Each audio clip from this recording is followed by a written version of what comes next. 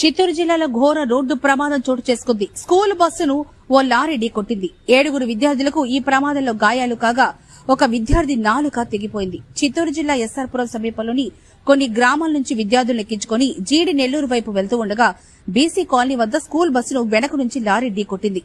అయితే ఈ ప్రమాదంలో 7 విద్యార్థులు గాయపడగా ఓ విద్యార్థికైతే నాలుక పూర్తిగా తెగిపోయింది. తీవ్రంగా గాయపడిన విద్యార్థులకు ఆసుపత్రికి తరలించారు స్థానికులు. దీంతో చిత్తూరు పుత్తూరు రహదారిపై ట్రాఫిక్ వాహన రాకపోకలు నిలిచిపోయాయి.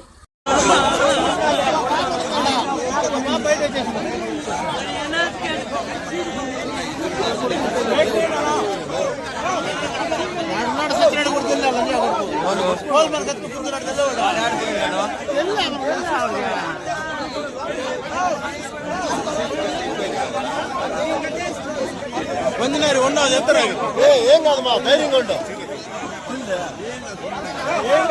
ధైర్యంగా ఉండమ్మా, ఏం కాదు.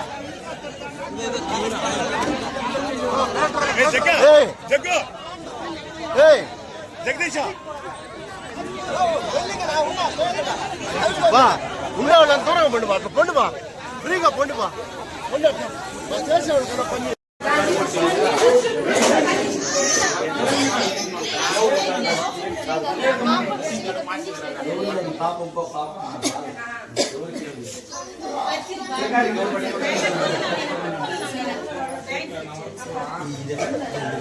बस 3,000 बस